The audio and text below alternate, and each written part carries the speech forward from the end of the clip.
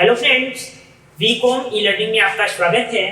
Friend, जैसा कि हम लोगों का लेक्चर चल रहा है कैश बुक। कैश बुक में आज हम बताएंगे आपको double column cash book. Friends, इसके जस्ट पहले हमने बताया था आपको सिंगल कॉलम कैश बुक, जो केवल एक कॉलम था कैश बुक का, बट इसमें डबल कॉलम यानी दो कॉलम कैश और बैंक का दो कॉलम है, इसलिए इसे डबल कॉलम कैश बुक कहा गया। फ्रेंड, जो लोग भी हमारे प्रीवियस वीडियो को नहीं देखे हुए हैं वो हमारे डिस्क्रिप्शन से लिंक प्राप्त कर सकते हैं और देख भी सकते हैं। फ्रेंड्स, यदि आपको किसी भी प्रकार का डाउट है तो क्लियर करने के लिए कमेंट जरूर करिएगा। फ्रेंड्स, स्टार्ट करते हैं वीडियो को। फ्रेंड्स, ये डबल कॉलम कैश बुक का कुछ इस प्रकार फॉर्मेट है। ये हमने आपको बताया स्टार्टिंग में कि कैश बुक का जो फॉर्मेट होता है टी शेप में होता है। कैसा टी शेप में? ये आपका ये साइड में हुआ और ये साइड हुआ, यानी टी शेप बन गया। मींस कैश बुक का डबल पार्ट होता है, एक डेबिट साइड होता है, एक क्रेडिट साइड होता है। डेबिट साइड में वही ट्रांजैक्शंस लिखते हैं जब हमें रिसीप्ट होता है, और पेमेंट साइड में हम क्रेडिट साइड में वही हम ट्रांजैक्शन लिखते हैं जब हमें पेमेंट होता है। कैसे होता है? एक हमने ट्रांजैक्शंस यहाँ पे लिखा हुआ है, इंटर द फॉलोइंग ट्रांजैक्शंस और two column cash book. Means हमको कुछ ट्रांजैक्शन लिखा गया जिसका two column cash book maintain करना है। मार्च 1 में कैश इन हैंड ₹8,000। इसको हम यहाँ पे विड्रॉ करते हैं। डेट पे पहले लिखते हैं मार्च 1। हम यहाँ पे लिखते हैं to balance CD. To balance CD कितना है? 8,000 है।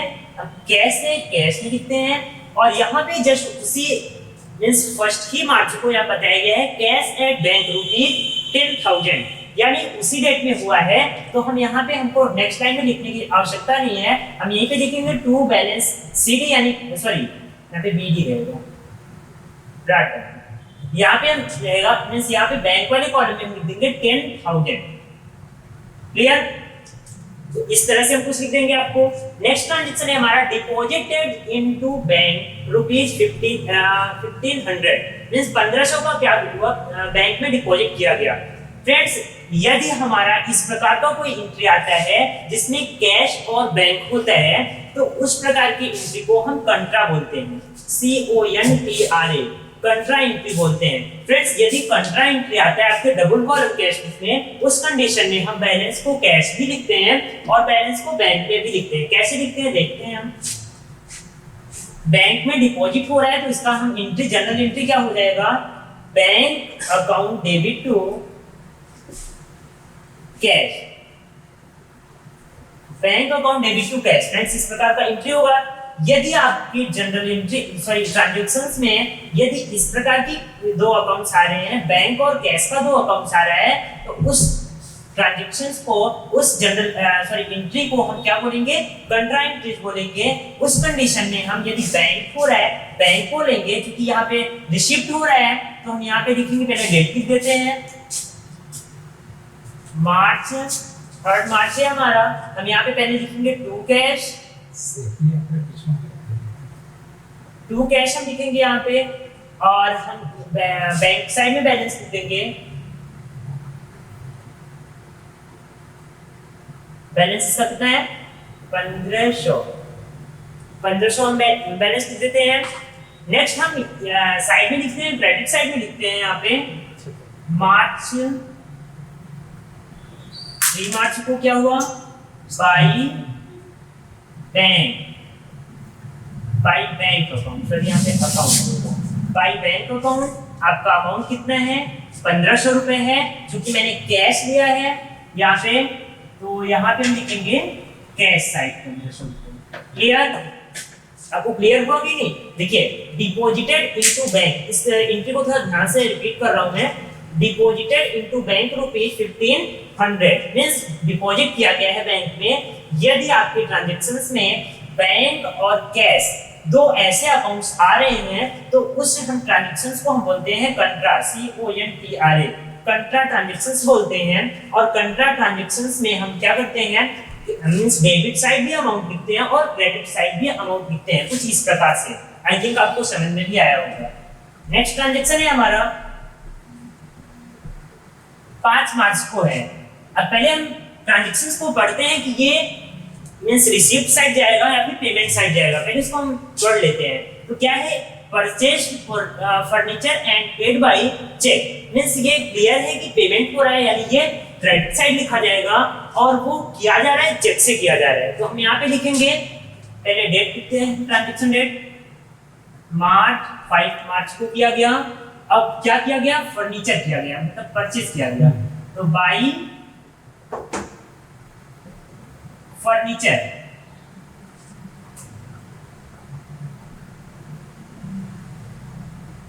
By furniture account, sorry account, cheque से किया जा रहा है, कैश में हम लिखेंगे नहीं, क्योंकि यहाँ पे बताया गया है कि बाई चेक हुआ है। बैंक में हम लिखेंगे 1200, 1200 रुपीज। क्लियर। नेक्स्ट ट्रांजेक्शन है हमारा फ्रेंड्स 12 मार्च को, मीन्स विड्रॉ हुआ है बैंक से फॉर ऑफिस यूज, 1000 रुपए विड्रॉ किया गया है। तो इसमें यहाँ पे ऑफिस यूज के लिए है, पर्सनल यूज के लिए ना है, क्योंकि ऑफिस यूज के लिए है तो ये ड्राइंग अकाउंट पे नहीं जाएगा। यदि ओनर अपने स्वयं के यूज के लिए निकालता, पर्सनल यूज के लिए निकालता, उस कंडीशन में हम इस एंट्री को ड्राइंग बोलते हैं, बट यहाँ पे ड्राइंग नहीं बोलेंगे। इसका जनरल एंट्री पहले देखते हैं क्या हो जाएगा। क्योंकि विड्रॉ किया गया है तो यहाँ पे हम लिखेंगे बैंक, हमारा बैंक दे रहा है हमको, यानी बैंक क्या है, बैंक पर्सनल अकाउंट है और कैश भी है, कैश रियल अकाउंट है। पर्सनल अकाउंट क्या कहता है, debit the receiver and credit the giver. Credit है क्योंकि बैंक हमको दे रहा है, बैंक से विड्रॉ किया जा रहा है, क्रेडिट हो गया। और रियल क्या कहता है, what's coming debit, what goes out credit. Cash आ रहा है, कैश रिसीव किया जा रहा है, कैश डेबिट हुआ। यानी हम यहाँ पे जनरली इसका कर सकते हैं cash account debit to bank. हमने आपको जस्ट ऊपर एंट्री में बताया है कि यदि किसी भी ट्रांजैक्शंस में कैश और बैंक आता है तो उस प्रकार की एंट्री को हम कंट्रा एंट्री बोलते हैं। क्लियर।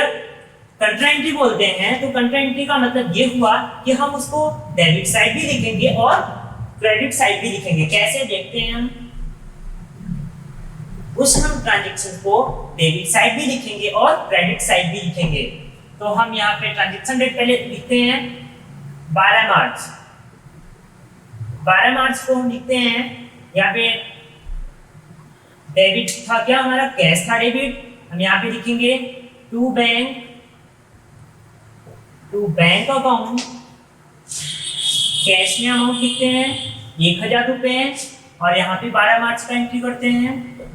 हम यहाँ पे लिखते हैं बाई कैश और इसमें हम लिखते हैं 1000 बैंक वाले में, क्योंकि हम यहाँ पे बैंक से ले रहे हैं। क्लियर ना। तो हम मींस दोनों एंट्रियों को डेबिट साइड भी लिखते हैं और क्रेडिट साइड भी इस तरह से लिखते हैं। क्लियर। नेक्स्ट ट्रांजैक्शन है हमारा 15 मार्च को, पेड वेजेज बाय चेक। हमने वेजेज को पेड किया है चेक के थ्रू, यानी इसका जनरल ट्रांजैक्शन क्या हो जाएगा, wages account debit to bank, यानी बैंक से भी किया है तो मतलब ये पेमेंट किया जा रहा है तो ये क्रेडिट साइड जाएगा। यहाँ पे ट्रांजैक्शन डेट क्या है इसका, 15 मार्च है। हम यहाँ पे लिखते हैं by wages account, by wages account, क्योंकि चेक से किया गया है इसलिए हम बैंक में अमाउंट लिखेंगे 750 रुपए, 750 रुपए। नेक्स्ट ट्रांजैक्शन है हमारा friends paid salary rupees 100, means 100 rupees हमने सैलरी के रूप में पेमेंट किया, यानी ये पेड लिखा है इसलिए हम क्रेडिट साइड इसको लिखेंगे। ट्रांजैक्शन डेट क्या है, 17 मार्च, 17 मार्च को पेमेंट किया गया। हम लिखेंगे by salary account, salary account. Friends यहाँ पे हमको बैंक मींस चेक वगैरह नहीं शो किया जा रहा है तो यहाँ पे हम मानेंगे ये कैश में किया गया, तो यहाँ पे कैश में लिखेंगे 100 रुपीज। नेक्स्ट ट्रांजैक्शन है हमारा purchase machinery for cash rupees 2000, मतलब 2000 रुपए का हमने परचेज किया है मशीनरी को, यानी ये क्या है, असेट परचेज है और जिसको हम पेमेंट साइड में लिखेंगे, क्योंकि परचेज करने के लिए हम क्या करते हैं, पेमेंट करते हैं, इसलिए हम यहाँ पे लिखेंगे ट्रांजैक्शन डेट क्या है, मार्च 20 मार्च है। हमने क्या किया, बाई मशीनरी को परचेज किया, मशीनरी को परचेज किया, यानी हम लिखेंगे by machinery account. Clear. Next cash किया गया है, यानी 2000 रुपए हम कैश के कॉलम में लिखेंगे। क्लियर। नेक्स्ट है हमारा 22 मार्च को paid to Meena by cheque, Meena को चेक से 950 रुपए पेमेंट किया गया, यानी ये पेड लिखा गया है, क्लियर है कि पेमेंट साइड जाएगा यानी क्रेडिट साइड लिखेंगे हम। तो पहले हम ट्रांजैक्शन डेट लिखते हैं फ्रेंड्स, मार्च 22 मार्च को किया गया है by Meena account, by Meena account cheque से किया गया है, इसलिए हम कैश में बैलेंस ना लिखकर बैंक में लिखेंगे। कितना बैलेंस लिखेंगे? 950 रुपए, क्लियर। नेक्स्ट है हमारा 25 मार्च को transaction, check received from Sumit, Sumit से चेक रिसीव किया गया है, यानी क्लियर है, हम क्रेडिट साइड ना लिखकर इसको रिसीव्ड साइड डेबिट साइड लिखेंगे। ₹1200 and deposited into bank, bank में डिपॉजिट भी किया गया है। फ्रेंड्स यहाँ पे देखिए सुमित से रिसीव किया गया है, यानी पहले हम ट्रांजैक्शन डेट लिखते हैं यहाँ पे, मार्च 25 को किया गया है, और यहाँ पे लिखेंगे to Sumit, to Sumit account कितना किया गया है? चेक से किया गया है, वो भी 1200 रुपए किया गया है, यानी हम कैश के कॉलम में ना लिखकर हम 1200 रुपए बैंक के कॉलम में लिखेंगे, क्लियर। नेक्स्ट ट्रांजैक्शन है हमारा कैश से ₹1800 मींस 1800 रुपए का हमने सेल किया है। फ्रेंड्स सेल किया है, जब सेल हम करते हैं तो उस समय हमको प्राप्त होता है, बैलेंस प्राप्त होता है, ना कि हमको मेरे पास से बैलेंस आता है। इसलिए जब हमको प्राप्त होता है यानी हम उसको रिसीव्ड साइड की एंट्री करेंगे। तो ये 29 मार्च को ट्रांजैक्शन हुआ है, हम यहाँ पे लिखेंगे मार्च 29, यहाँ पे लिखेंगे टू सेल अकाउंट, बैलेंस है इसका 1800, क्योंकि यहाँ पे कैश है इसलिए हम कैश के कॉलम में 1800 रुपए फिल कर देंगे। तो फ्रेंड्स जिस प्रकार हमारा कुछ जितने भी ट्रांजैक्शन थे मैंने फिल कर दिया कुछ इस प्रकार, शायद आपको समझ में भी आया होगा। अब मैं इसको ऐड करता हूँ किस तरह से, देखिएगा। अब पहले हम कैश और बैंक के ठीक नीचे साइड में इस तरह से हम कट कर देते हैं। अब हमको क्या करना है, बैंक को मींस बैंक के कॉलम में ऐड करना है, और कैश को कैश के कॉलम में ऐड करना है, यहाँ पे ऐड करना है, यहाँ पे बट यहाँ पे ऐड करके इसको नहीं लिखना है, पहले हम इसको इस साइड को ऐड करते हैं, डेबिट साइड के अमाउंट को ऐड करते हैं। तो हम जब डेबिट साइड की कैश के अमाउंट को ऐड करते हैं, यानी 8000, 1000 और 1800 को ऐड करते हैं, तो हमारे पास आता है 10,800 रुपए, 10,800 रुपए आएगा। और जब बैंक के डेबिट साइड को ऐड करेंगे, यानी 10,000, 1500 और 1200 को जब ऐड करेंगे तो हमारे पास आएगा 12,700 रुपए, क्लियर। अब हम इसको ऐड कर लेते हैं, हम इसको रफली ऐड करते हैं, यहाँ पे शो नहीं कराते हैं, इसको ऐड कर लेंगे और इस अमाउंट को हम यहाँ पे फिल कर देते हैं। कैश को कैश कॉलम में ऐड कर लेते हैं, लिख देते हैं सेम अमाउंट को, इसको हमने लिख दिया सेम अमाउंट को। अब हम इसको ऐड करते हैं और इसमें से मतलब माइनस करते हैं कितना कम है उसको, इसी ट्रांजैक्शन डेट में, यानी 29 मार्च को हुआ है तो हम 30 मार्च को, यानी हम यहाँ डेट लिखते हैं मार्च 30, यहाँ पे लिखते हैं बाई बैलेंस सीडी, यानी कैरी डाउन, कितना अमाउंट बच रहा है कैश में, यहाँ 10,800 हुआ, तो क्या ये 10,800 है? नहीं फ्रेंड्स, इसको हम ऐड करके इसमें से माइनस करेंगे तो हमारे पास आएगा 7200, यानी 7,200 आएगा, 7,200 रुपए आएगा। उसी तरह से हम ये जो 12,700 बैंक में आया है उसी को हमने यहाँ बैंक कॉलम में लिखा है क्रेडिट साइड। अब इसको ऐड करेंगे तो क्या इसके इक्वल है? नहीं, इसके इक्वल करने के लिए हम इसको ऐड करेंगे और इसमें से सब्सट्रैक्ट करेंगे, यानी माइनस करेंगे, तो हमारे पास आएगा 8,800, 8,800। यानी इससे ये स्पष्ट होता है कि हमारे मार्च के ट्रांजैक्शंस में जो कुछ इस प्रकार हमने किया है, इसमें हमारे पास कैश 7200 यानी 7,200 बच रहा है, और बैंक में 8,800 यानी 8,800 रुपए हमारे पास सेविंग बचा हुआ है, जिसे हम इस मंथ का क्लोजिंग बैलेंस के नाम से जानते हैं। नेक्स्ट मंथ में उसी बैलेंस को हम ओपनिंग बैलेंस के नाम से जानेंगे। तो ये मार्च चल रहा है, हम यहाँ पे डालते हैं अप्रैल। फर्स्ट टू बैलेंस बीडी यानी ब्रॉट डाउन, कैश में कितना अमाउंट बचा हुआ है? 7,200, और बैंक में हमारा 8,800 रुपए हमारा बचा हुआ है, जो नेक्स्ट मंथ का ओपनिंग बैलेंस कहा जाएगा। और ये हमारा मार्च में जो यहाँ पे सीडी लिखा हुआ है यानी 7200 और 8800 ये मार्च का क्लोजिंग बैलेंस कहा जाएगा। तो फ्रेंड्स आई होप ये वीडियो आपको समझ में आया होगा। डबल कॉलम कैश बुक आपको अच्छी तरह से समझ में आया है।